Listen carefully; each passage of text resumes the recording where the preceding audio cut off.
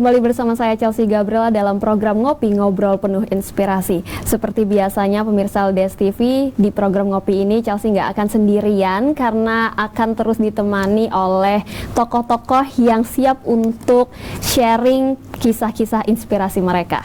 Nah, kali ini Chelsea juga sudah ditemani oleh Bapak Gino Vanoli, SPD MH. Selamat siang Bapak. Selamat siang Mbak Chelsea. Ya, kebetulan Bapak Gino boleh panggilnya ya Pak ya? Betul, ya. Sehari-hari sebagai Kepala Kantor DPD RI atau Kepala Kantor Dewan Perwakilan Daerah Republik Indonesia Provinsi Lampung ya Pak? Betul. Betul. Gimana nih Pak, akhir-akhir ini kesibukannya apa aja nih? Ya, tentu karena kita mengurusi bidang politik ya. Ya, siap. Dewan Perwakilan Daerah Republik Indonesia ini kan satu lembaga tinggi yang kedudukannya sejajar dengan DPR maupun MPR. Nah, khusus untuk kantor DPD RI Provinsi Lampung memang memfasilitasi, memberikan dukungan administrasi dan keahlian bagi para senator yang asli daerah pemilihan Provinsi Lampung. Di mana setiap provinsi kan ada 4 yang anggotanya, ada Pak Bustami Zainuddin, ada Pak Ustadz Abdul Hakim, mungkin Chelsea tahu ya, ada Pak Ahmad Bastian, kemudian yang paling cantik Bu Jihan Norlela. Nah, ini kan proses pendaftaran untuk pencalonan kembali sudah selesai. KPU juga sudah mengumumkan daftar definitif calon-calon anggota DPD RI dari Dapil Lampung. Alhamdulillah 4 anggota incumbent itu daftar semua. Oh, alhamdulillah. Tentu ini sudah memasuki masa-masa sosialisasi dengan masyarakat. Ya, kita sebagaimana tugas pokok dan fungsi memberikan dukungan administrasi dan kalian kalau beliau-beliau ini akan reses ke daerah segala macam, ya kita menyiapkan administrasi persuratannya, melakukan pendampingan sehingga tugas pokok dan wewenang dari para senator ini bisa berjalan dengan baik. Ya, selain tugas-tugas rutin yang hari-hari harus kita lakukan, karena kita sebagian miniatur kecil dari Sekretariat Jenderal Dewan Perwakilan Daerah Republik Indonesia yang ada di Jakarta. Ya, luar biasa, dari 3 laki-laki hebat ada 1 wanita cantik ya, Pak, ya, gitu yang didukung cantik, juga oleh kantor. Kita berharap masyarakat bisa menilai, memilah dan memilih sehingga nanti anggota DPD ini kan representasi dari perwakilan daerah, tentu harus dipilih betul-betul yang memang punya kemampuan, mampu membawa aspirasi daerah ini ke nasional. Karena tagline DPD RI ini dari daerah untuk Indonesia. Luar biasa. Keseharian lumayan sibuk untuk di kantor ya Pak. Betul. Ya. Tapi sebelum kita lebih jauh tentang kisah-kisah inspirasi Bapak nih, sebenarnya Bapak sendiri asli orang Lampung atau enggak nih Pak? Ya, saya sih sebenarnya orang Lampung, udah jadi orang Lampung. Oh, sebetulnya gitu ya. Jadi saya sudah diangkon sebagai orang Lampung. Saya punya gelar Raja Penata Bangsa. Udah sampai dapat gelar ya, Pak? Oh iya, jadi ketika saya tugas di luar daerah, saya muari dengan saudara saya yang ada di Kabupaten Waikanan, kemudian saya diberi gelar itu tetap menjadikan saya betul-betul sudah menjadi orang Lampung, walaupun sejatinya saya asli dari Jawa Timur. Asli dari Jawa Timur. Saya lahir sampai dengan tamat SLTA itu masih di Blitar, Jawa Timur, tempat Bung Karno. Wah, luar biasa. Ya, istilahnya dibesarkan sampai dimakamkan. Dan semoga jadi next Bung Karno juga ya hari ini ya Pak ya.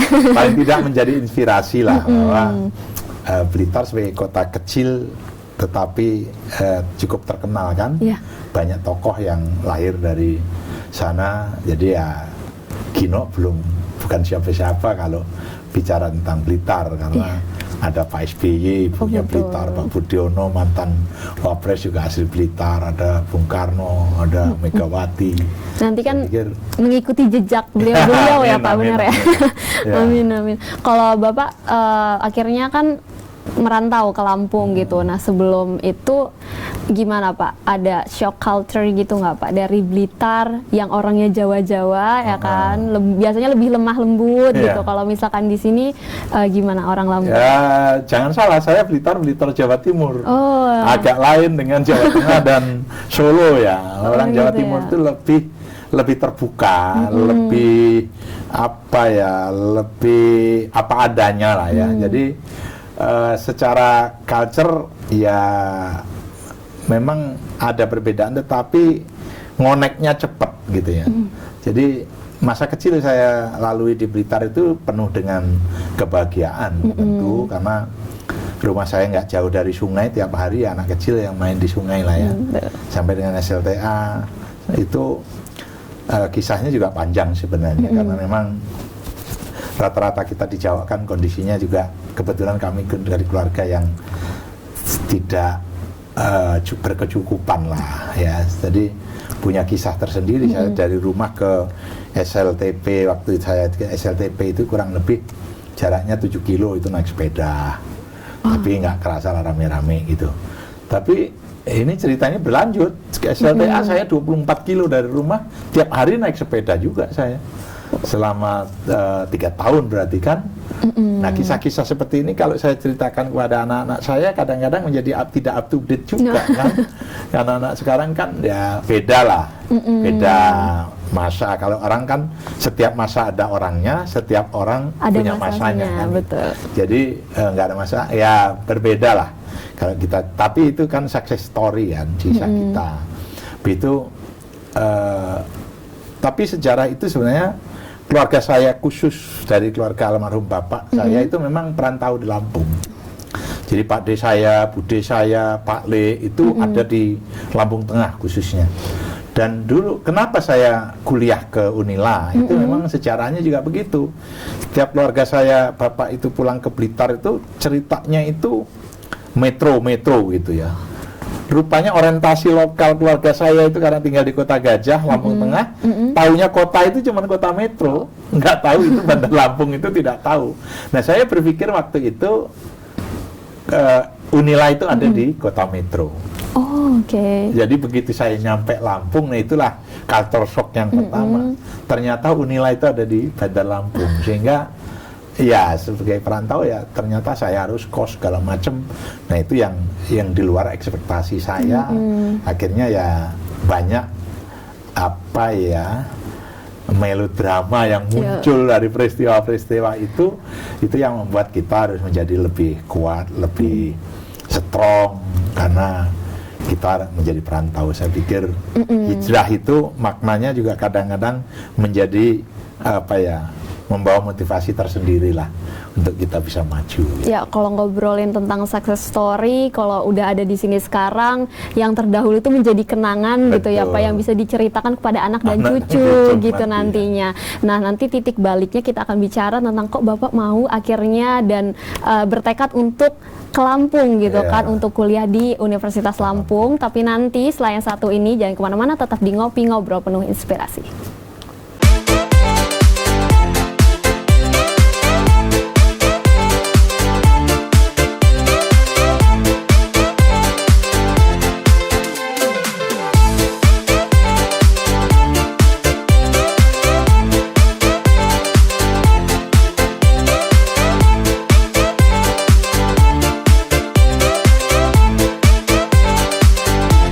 Kembali bersama saya lagi, pemirsa LDS TV, Chelsea Gabriela, dan masih ditemani oleh Bapak Gino. Selamat siang Bapak. Gimana? Tadi kita udah ngobrol-ngobrol tentang masa kecilnya dulu di Blitar, kemudian merantau ke Lampung untuk kuliah gitu. Tapi kan pasti banyak nih Pak pertimbangannya sebelum akhirnya memutuskan, oke, saya mau merantau ke Lampung dan sekolah ya Pak ya, kuliah di Lampung gitu. Itu banyak nggak pertimbangannya? Ya tentu satu perjuangan yang luar biasa juga ya. Kenapa? Karena tradisi kuliah pada masa kecil saya di kampung saya juga belum menjadi tradisi yang kuat. Artinya sekolah sampai tingkat SLTA aja sesuatu yang juga sudah luar biasa. Di keluarga saya kebetulan yang jebol sampai ke perguruan tinggi juga cuma saya. Ketika saya memutuskan untuk meneruskan pendidikan ke Lampung, tentu sangat berat sebenarnya. Berat dalam sisi orang tua memang kondisinya juga tidak cukup mampu untuk menyekolahkan kita sampai perguruan tinggi ya. Karena zaman dulu kan memang beasiswa tidak cukup banyak. Beasiswa hanya diberikan kepada orang-orang yang memang top kan dulu itu. Kalau sekarang kan orang miskin aja dapat beasiswa kan. Betul. Ada bidik misi, ada segala macam itu kan.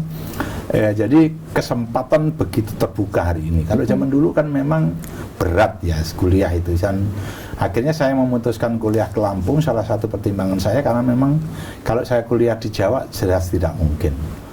Harus kos segala macam, ngelihat kondisi orang tua yang serba juga kekurangan. Saya dari keluarga yang cukup besar 7 orang. Saya anak kelima, tapi kakak-kakak saya kan juga masih belum ada yang mapan juga gitu ya. Kenapa saya akhirnya memutuskan ke Lampung? Yang pertama memang keluarga bapak saya ada di Lampung.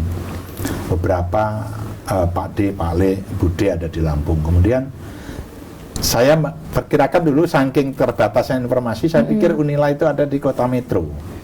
Karena orientasi keluarga saya itu kalau ngomong itu selalu metro gitu ya. Kota ya. Ternyata itu ada di Bandar Lampung. Saya pikir ini juga jadi problem. Tetapi akhirnya memang berat, sehingga ketika saya masuk pertama di Unila, itu bayar SPP itu juga harus sudah telat. Sehingga pertama saya masuk itu sudah mengajukan surat pengunduran untuk pembayaran SPP.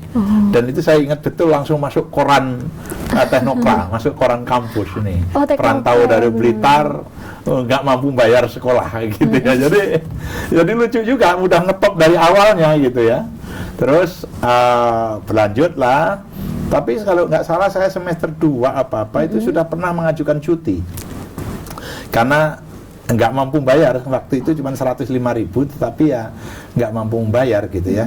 Sampai saya itu sebagai mahasiswa baru ngadep pembantu rektor 1, Profesor Bambang Sumitro kalau nggak salah waktu itu, ya dimarah-marah gitu.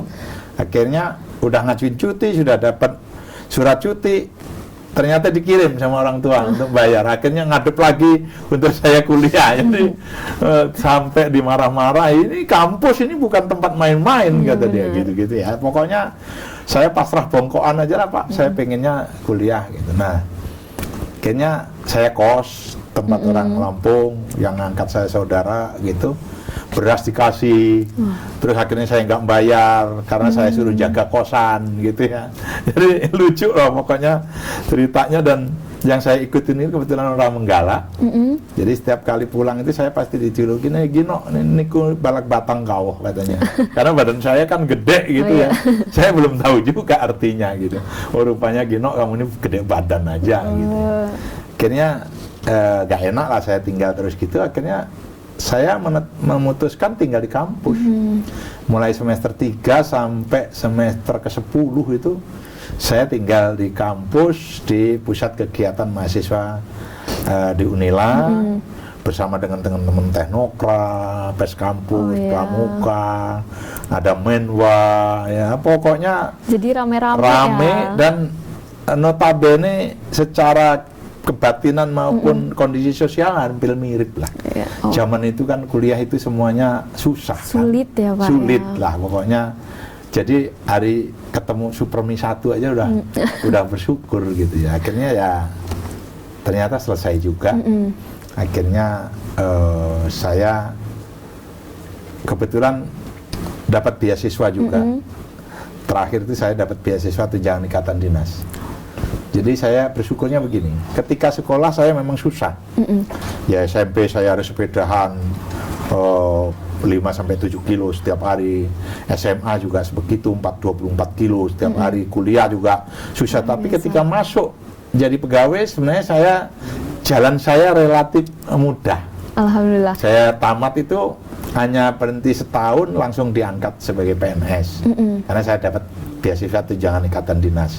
Jadi guru di Lampung Tengah sampai 2 tahun lah.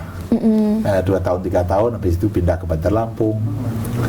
Ngajar di SMA di Bandar Lampung sekitar hampir 5 tahun, pindah lagi keluar kota dan seterusnya sampai hari ini jadi seperti ada sekarang. di sini ya Pak ya, bisa Iya. membagikan kisah inspirasinya Betul. gitu. Tapi kalau kita lihat tadi kehidupan Bapak mulai dari masa kecil hingga remaja dan menempuh pendidikan Iya. kuliah gitu ya, kayaknya survive banget gitu. Tapi gimana nih Pak, kehidupan cinta waktu-waktu remaja ini seperti apa gitu? Kita belum pernah dengar.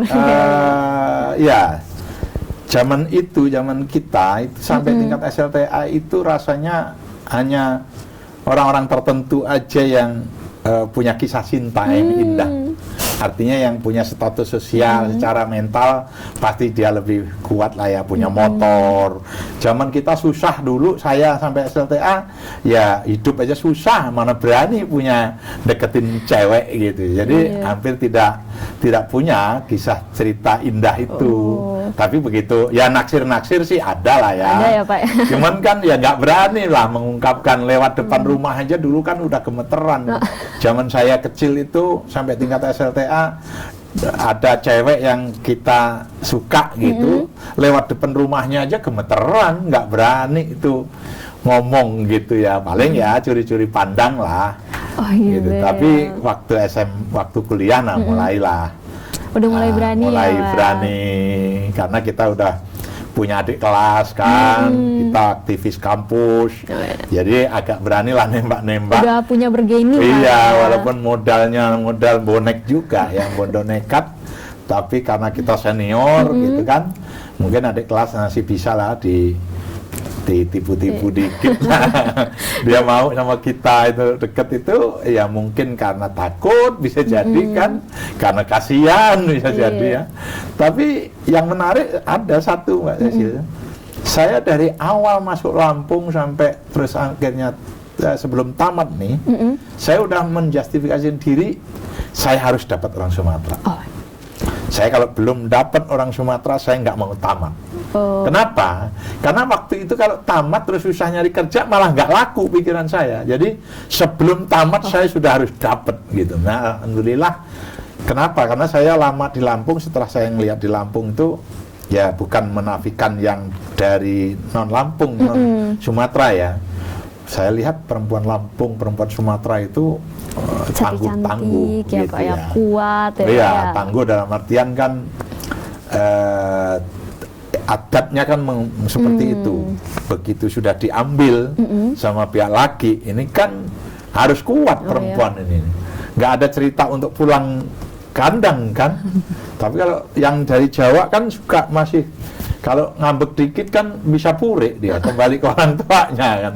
Perempuan Sumatera khususnya Lampung, Palembang kayaknya lebih keker dia, lebih kuat dia. Jadi kalau sudah diambil itu pemali untuk apapun masalah yang dihadapi untuk pulang ke orang tuanya. Iya, akhirnya bertemu dengan itu yang salah satu dan alhamdulillah Tuhan mengabulkan doa-doa itu. Kayaknya saya dapat orang keturunan Palembang. Ada Palembangnya, ada Lampungnya, ada Jawanya, pokoknya ya Indonesia lah. Luar biasa. Tapi ini ada kisah-kisah unik lainnya juga ya Pak, nanti akan kita ceritakan juga ke pemirsa LDS TV, khususnya teman-teman muda. Maka jangan kemana-mana, tetap di Ngopi Ngobrol Penuh Inspirasi.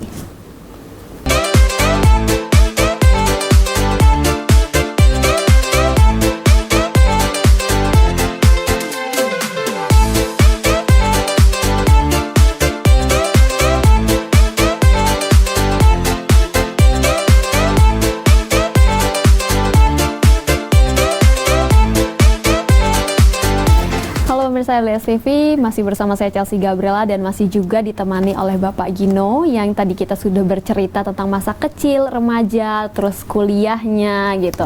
Nah, kalau tadi kuliahnya S1 di Unila ngambil jurusan biologi ya Pak ya, selesai S1 kemudian berkarir. Nih yang saya dengar-dengar informasinya sebagai PNS, benar ya Pak ya? Nah, itu boleh diceritain nggak? Mulai dari selesai S1 kemudian kok bisa milih untuk saya jadi PNS deh gitu? Ya. Sebenarnya memang zaman itu ada kebimbangan juga ya. Karena tahun 95 sampai 97-98 itu kan booming ekonomi ya. Bekerja swasta itu jauh lebih menjanjikan dibanding menjadi PNS. Tetapi kita tahu bahwa di swasta kan tidak given ya, tidak aman lah. gitu kan. Maka walaupun kondisinya waktu itu terbatas, saya mengambil keputusan untuk jadi PNS, dan kebetulan saya dapat tunjangan ikatan dinas. Jadi tidak mesti ikut bersusah-susah tes waktu itu.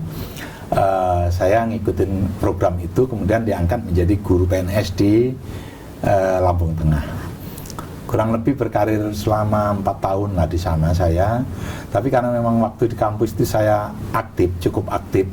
Saya adalah ketua unit kegiatan mahasiswa bidang seni yang pertama Universitas Lampung.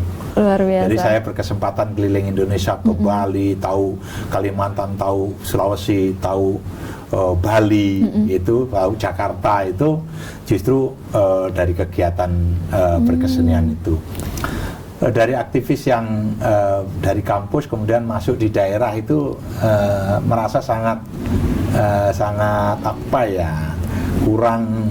kurang ekspektasinya kurang lah untuk maju gitu.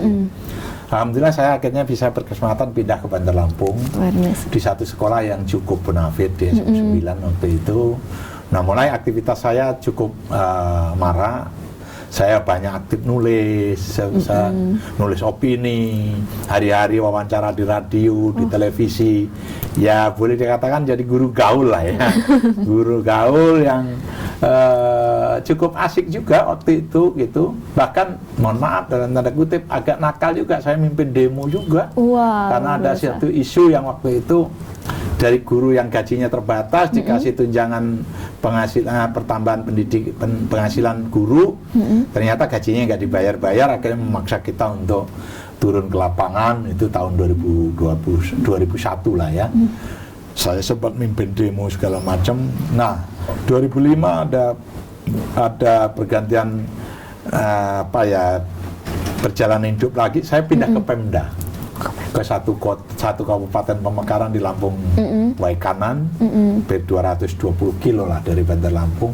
Saya mencoba meniti karir di pemerintahan, dan saat itulah akhirnya terbesit untuk saya melanjutkan pendidikan, ambil S2 hukum. Ini luar biasa ya, unik sekali dari biologi, pendidikan, kemudian ke hukum. Sebenarnya sangat tidak linear ya.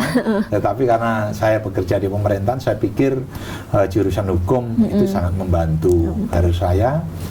Sehingga setelah 2005 saya pindah ke Pemda, 2010 saya berkesempatan menjadi kepala dinas pendidikan, sempat menjadi staf ahli bupati juga. Akhirnya perjalanan hidup harus berubah lagi. Saya 2019 pindah ke Jakarta di Sekretariat Jenderal Dewan Perwakilan Daerah Republik Indonesia. Jadi saya berkantor di Senayan, di gedung Senayan itu. Habis itu ditugaskan di Jawa Timur 1 tahun setengah, baru mulang tiuh balik lagi ke Lampung ya, Pak, bertugas di Dewan Perwakilan Daerah Provinsi Lampung. Dari sisi perjalanan ini saya nikmatin karena memang memberi warna dalam perjalanan hidup saya. Tentu tour of date, pindah-pindah tugas itu justru menjadi motivasi baru karena kita selalu berada pada tempat yang baru. Hanya problemnya saya harus meninggalkan keluarga kan. Tapi karena memang dari muda, dari awal tugas sudah terbiasa pindah-pindah, nampaknya keluarga juga sudah cukup familiar dengan kondisi itu. Jadi ya nggak ada kendala lah. Alhamdulillahnya keluarga support dan selalu menjadi inspirasi karena selalu mendukung dan dimanapun kita ditugaskan. Artinya ya saya bersyukur sekali dan menikmati sekali perjalanan riwayat pendidikan sampai hari ini. Ya 2-3 tahun lagi saya purna tugas jadi PNS, tapi alhamdulillah tetap bisa enjoy, tetap bisa menjalankan tugas dengan baik. Ya, selain disibukkan dengan kesehariannya bekerja, pindah-pindah tugas gitu ya, Bapak juga dilihat-lihat kayaknya aktif banget waktu pas mahasiswa gitu ya, sampai saat ini masih berorganisasi gitu, main suka layangan ya Pak, masih suka main layangan Pak ya. Gimana tuh Pak? Gimana sekarang kan udah apa ya, udah nggak muda lagi bisa dibilang gitu, tapi masih suka berorganisasi. Ya, justru memang saya bersyukur ketika di SLTA saya juga aktif di OSIS. Ketika menjadi guru saya sempat menjadi ketua umum Federasi Guru Independen Indonesia. Luar biasa. Yang selevel dengan PGRI. Tapi lahir pasca reformasi. Organisasi guru itu kan tidak tunggal, sehingga saya dan kawan-kawan mendirikan Federasi Guru Independen Indonesia dan saya sempat jadi ketua umumnya. Jadi terus berlanjut dan memang masa kecil saya hobi main layangan, mancing dan seterusnya. Alhamdulillah sampai hari ini masih juga ditekuni. Saya menikmati betul hobi itu karena memang ketika tugas kita juga cukup berat, banyak tekanan dari kanan kiri. Kalau kita tidak punya hobi itu bisa stres, Mbak Cecil. Jadi hobi itu bagian daripada healingnya, healing dan menyalurkan kepenatan, keluar dari kemapatan hidup yang serba tidak, kadang-kadang kita menjadi pejabat publik kan juga tidak mudah kan, ditekan sana tekan sini, akhirnya hobi. Dan alhamdulillah saya sejak kuliah juga sudah main layangan. Jadi saya pernah menjadi sekjen Perkumpulan Pelayang Seluruh Indonesia dan sekarang saya jadi ketua Perkumpulan Pelayang Seluruh Indonesia Provinsi Lampung. Dan terus jalan itu, hobi itu. Kalau malam saya ngumpulin teman-teman komunitas keroncong. Jadi masih jalan dan alhamdulillah hobi ini bisa terus kita jalankan. Nah, layangan berhimpun di satu organisasi besar namanya Komite Olahraga Rekreasi Masyarakat Indonesia yang menghimpun seluruh induk organisasi olahraga yang berbasis masyarakat. Dan itu komunitasnya di Lampung sangat luar biasa besar. Besar ya Pak ya gitu. Betul. Sampai hari ini masih ada ternyata ya komunitas-komunitas olahraga yang memang masih dekat dengan masyarakat gitu. Betul. Ya Pak ya. Dan kemarin katanya ada event festival di Jawa Barat ya Pak ya. Gimana? Ya, betul. Alhamdulillah Mbak Cecil ngikutin ya. Karena memang Fornas namanya. Festival Olahraga Nasional. Ini sudah yang ke-7 di Jawa Barat biasa. Kemarin. Lampung alhamdulillah mampu mengirimkan 806 penggiat olahraga. Jadi bukan atlet namanya. Penggiat olahraga terdiri atas 38 induk organisasi olahraga. Mulai dari yang kesehatan kebugaran senam ya, YJI, Senam Jantung Indonesia, Senam Tera Indonesia, Senam Linden gitu ya, aerobik, macam-macam. Kemudian ada yang di tradisional dan budaya, ada karate tradisional, kungfu tradisional, trompak, ya, egrang, panahan, macam-macam olahraga yang tradisional yang memang itu tumbuh dan berkembang di masyarakat itu berhimpun. Kemarin juga semuanya tanding. Kemudian ada yang petualangan dan tantangan, skateboard, ada yang sepeda gunung, macam-macam. Nah, itu kemarin kita berangkat ke Bandung dan alhamdulillah Lampung sebenarnya posisinya di tingkat nasional juga tidak kalah terhormat.